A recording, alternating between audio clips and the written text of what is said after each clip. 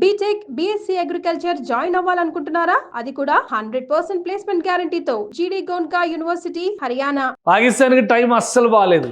ఎందుకంటే వరుస పెట్టి ఇన్సిడెంట్స్, ఆపరేషన్ సింధూర్ తర్వాత, ఆపరేషన్ సింధూర్కు ముందు, అలానే ప్రపంచ దేశాల ముందర పరాభవాలు. ఇప్పుడు సొంత దేశంలో కరాచీ జైలు గోడలు బద్దలు కొట్టి దాదాపు 200 మంది ఖైదీలు పరారయ్యారు. సంచలనాత్మకంగా మారింది ఈ అంశం. ఏ విధంగా ఈ ఘటన జరిగిందనే దాని మీద ఇంకా అధికారులు కూడా పూర్వాపరాలు వెతుక్కునేటువంటి పనిలో ఉన్నారు. అర్ధరాత్రి సమయంలో, నిన్న రాత్రి సమయంలో సింధ్ ప్రావిన్స్లో కొన్ని చోట్ల స్వల్ప ప్రకంపనలు వచ్చాయి. అదే సమయంలో కరాచీ జైలు గోడలు బద్దలు కొట్టేటువంటి ప్రయత్నం కొంతమంది ఖైదీలు చేశారనేది ప్రాథమికంగా వస్తున్నటువంటి సమాచారం. అయితే అంతర్జాతీయ మీడియా కథనాలు కానీ, నేషనల్ మీడియా పాకిస్తాన్ రిపోర్ట్ చేస్తున్నటువంటి అంశాలు కానీ భూ కదలికలు అంటే భూ ప్రకంపనలకి సంబంధించినటువంటి అంశాలు వీరికి కలిసి వచ్చినాయి. ఈ క్రమంలోనే జైలు గోడల్ని కొంతమంది ఖైదీలు కలిసికట్టుగా కూల్చేసి తప్పించుకున్నారనేది సమాచారం. ప్రస్తుతం ఆ ప్రాంతంలో ఉద్రిక్తమైనటువంటి పరిస్థితులు ఉన్నాయి. కరాచీలో తెల్లవారుజాము నుంచి కూడా అన్ని చోట్ల కూడా అన్ని ప్రాంతాల్లో కూడా అన్వేషణ ప్రారంభించారు. జైలు పరిసర ప్రాంతాల్లో ఉన్నటువంటి చోట్ల చాలామంది ఖైదీలు తప్పించుకున్నట్టుగా తెలుస్తుంది. ఇది కరాచీలో ప్రధానమైనటువంటి జైలు. దాదాపు 200 మంది 7,000 మంది ఖైదీలు ఉంటారు. ఒకేసారి 200 మంది వరకు ఖైదీలు తప్పించుకొని పారిపోయారని అంచనా వేస్తున్నారు. అసలు నంబర్ మీద ఇంకా క్లారిటీ లేదు.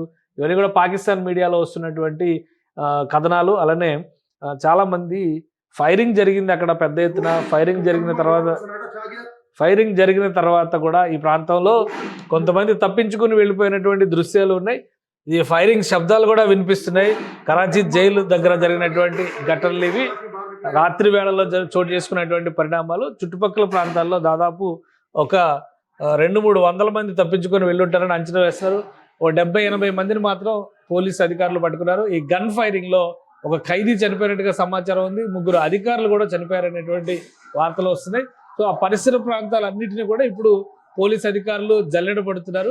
ఇక అసలు ఎంతమంది తప్పించుకున్నారు, ఎంతమంది ఈ జైల్లో ఉన్నారు, ఈ వివరాలు చెప్పేటువంటి పరిస్థితిలో కూడా కరాచీ జైలు అధికారులు సంసిద్ధంగా లేరు. ఒకసారి ఈ దృశ్యాలు చూద్దాం. మనం ఆయన మాట్లాడినటువంటి మాటలు చూద్దాం. ఇది జైలు అధికారులు మీడియాకి ఇచ్చినటువంటి రిపోర్ట్. ఇది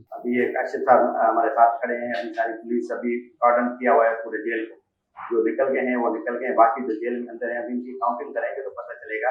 अभी अंडर कंट्रोल तो है, अभी जो अंदर जेल में है वो तो अंडर कंट्रोल है। अभी जैसे काउंटिंग करेंगे तो पता चलेगा कि कितने निकले हैं। जख्मी कुछ हमारे पुलिस वाले हुए हैं, कुछ कैदी भी हुए हैं।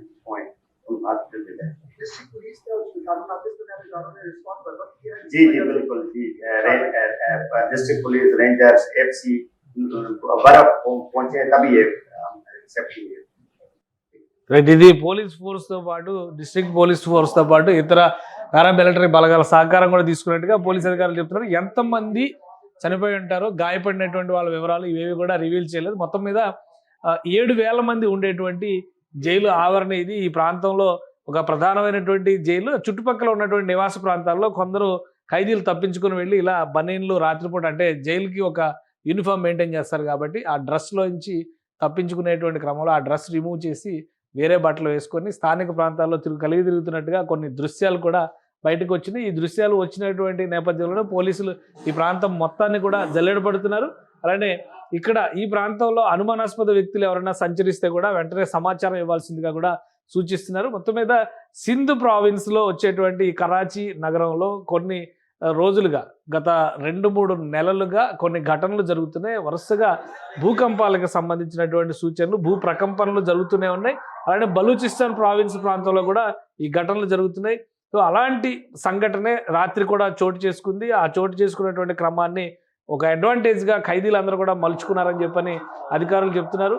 అలా మలుచుకునేటువంటి క్రమంలోనే చుట్టుపక్కల ప్రాంతాల్లోకి తప్పించుకొని వెళ్ళిపోయేటువంటి ప్రయత్నం చేశారు. సో వీళ్ళందరూ కూడా జైల్లో ఉండాల్సిన వాళ్ళు చాలామంది గతంలో శిక్షలు పడిన వాళ్ళు ఉన్నారు. పూర్తి స్థాయిలో శిక్ష అనుభవిస్తున్న ఖైదీలే ఇందులో ఎక్కువగా ఉన్నారు.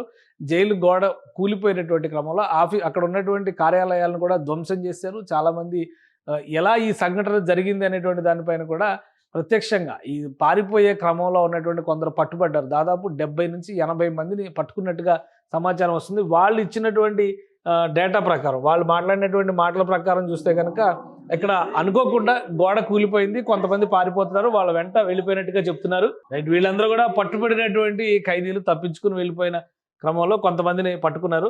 ఈ ఎదురు కాల్పుల ఘటనలు కూడా జరిగినాయి. ఎదురు కాల్పుల ఘటనలో ముగ్గురు అధికారులు మరణించినట్టుగా చెప్తున్నారు. అయితే లేదు, గాయపడ్డారు, అంతవరకే, గాయాలు మాత్రమే అయినాయి. వాళ్ళకి చికిత్స అందిస్తున్నట్టుగా పోలీసు అధికారులు చెప్తున్నారు. సో మొత్తం మీద కరాచీ చుట్టుపక్కల ప్రాంతాలన్నీ కూడా పూర్తి ఉద్రిక్తంగా ఉన్నాయి. ఈ ప్రాంతాలన్నింటినీ కూడా జల్లెడబడుతున్నారు.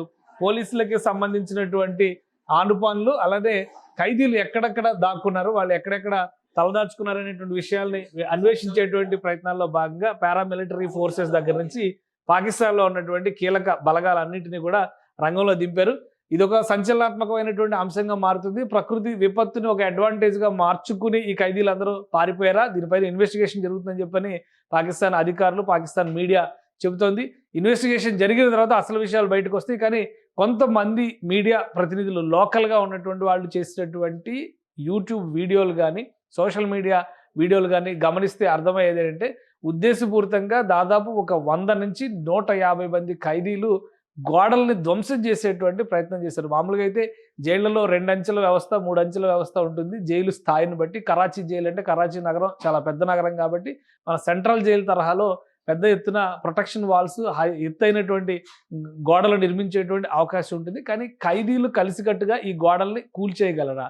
నిజంగానే ప్రకృతి విపత్తు సమయంలో దాన్ని ఒక అవకాశంగా తీసుకుని కూలిపోయినటువంటి గోడల్ని మరింత ధ్వంసం చేసి, కార్యాలయాన్ని ధ్వంసం చేసి తప్పించుకున్నారా అనేటువంటి అనుమానాలు కూడా వ్యక్తమవుతున్నాయి. మొత్తం మీద ఇదంతా నేషనల్, ఇంటర్నేషనల్ మీడియా దృష్టిలో పడినటువంటి అంశంగా మారింది.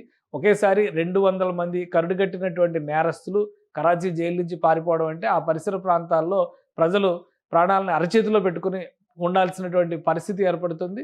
సో ఇక పాకిస్తాన్లో వరుసగా ఈ మధ్యకాలంలో సంఘటనలు జరుగుతూనే ఉన్నాయి. అటు సరిహద్దుల్లో ఉద్రిక్తతల దగ్గర నుంచి అనూహ్యమైనటువంటి అటాక్స్, గుర్తు తెలియని వ్యక్తుల కాల్పులు, మోస్ట్ వాంటెడ్ క్రిమినల్స్ ఏరివేత, ఇలాంటి సంఘటనలు జరుగుతున్నాయి. దానికి తగ్గట్టుగానే అటు బలూచిస్తాన్ ఆర్మీ, ఇటు గిల్గిట్ బల్టిస్తాన్లో ఆందోళనలు, పఖ్తూన్వాలో జరుగుతున్నటువంటి తిరుగుబాటుదారుల ఉద్యమాలు, వీటన్నిటికీ తోడు ప్రకృతి విపత్తులు కూడా, ముఖ్యంగా భూకంపాలు వరుస పెట్టి పాకిస్తాన్ భూభాగంలో వస్తున్నాయి. అదే క్రమంలో సింధ్ ప్రావిన్స్లో వచ్చినటువంటి ఒక భూకంపం, ఈ ప్రకంపనల వల్ల జరిగినటువంటి గోడలు కూలిపోవడం వంటి ఘటనలు ఒక అడ్వాంటేజ్గా చేసుకుని ఈ ఖైదీలందరూ పరారైనట్టుగా ప్రాథమికంగా భావిస్తున్నారు. ఒకవేళ ఆ ఘటన జరిగేటువంటి సందర్భంలో ఖైదీలు ఉద్దేశపూరితంగా మిగతా గోడలను ధ్వంసం చేసి బయటకు వచ్చినా కానీ ఆశ్చర్యపోవాల్సినటువంటి అవసరం లేదు. సో మిగతా తప్పించుకున్నటువంటి వాళ్ళు దాదాపు 200 మంది వరకు ఉంటారని అంచనా వేస్తున్నారు. వీళ్ళందరినీ ఎన్ని రోజుల్లో పట్టుకుంటారో చూడాలి. ఎందుకంటే ఘటన జరిగినటువంటి 3-4 గంటల్లోనే 70 నుంచి 80 మందిని అదుపులోకి తీసుకున్నట్టుగా పాకిస్తాన్ మీడియా చెబుతోంది. సో అందులో వాస్తవం ఉంటే కనుక ఆ పరిసర ప్రాంతాల్లో ఉన్నటువంటి 4 కాలనీలని పూర్తిగా ప్రొటెక్షన్ మధ్య పెట్టారు. అక్కడ నిఘా వ్యవస్థలను పూర్తి స్థాయిలో అప్రమత్తం చేశారు. ఎవరో కూడా తప్పించుకుని వెళ్లకుండా ఉండేటువంటి క్రమంలో గుర్తు తెలియని వ్యక్తులకు సంబంధించిన సమాచారం ఉంటే తక్షణం పోలీస్ శాఖ అందించాలనేటువంటి ఆదేశాలు కూడా జారీ చేశారు. సో చూడాలి, పాకిస్తాన్ కరాచీ జైలు నుంచి తప్పించుకున్నటువంటి ఖైదీల్ని ఎంతలోగా ఈ పోలీసులు పట్టుకుంటారో, తర్వాత ఇందులో ముఖ్యమైనటువంటి ఖైదీలు ఎంతమంది ఉన్నారు, ఎందుకంటే ఎవరు తప్పించుకున్నారనేటువంటి డేటా కూడా ఇప్పటివరకు కన్ఫర్మ్ కాలేదు. కరుడుగట్టినటువంటి నేరస్తులు కనుక ఉంటే మళ్ళీ వారి నుంచి జరిగేటువంటి ప్రమాదాలు ఇంకా తీవ్రంగా ఉంటాయి. కాబట్టి పాకిస్తాన్ జైలుకి సంబంధించి, ముఖ్యంగా కరాచీ జైలుకి సంబంధించి మాత్రం పోలీస్ యంత్రాంగం పూర్తి స్థాయిలో అప్రమత్తమైంది. 200 మంది ఖైదీలు అంటే అంత ఆషామాషి వ్యవహారం కాదు. కాబట్టి వాళ్ళందరినీ మళ్ళీ అదుపులోకి తీసుకునేటువంటి ప్రయత్నాలు జోరుగా సాగుతున్నాయి. సుమన్ టీవీలో మీ పర్సనల్ అండ్ బిజినెస్ ప్రమోషన్స్ కోసం కింది నెంబర్కి కాంటాక్ట్ చేయండి.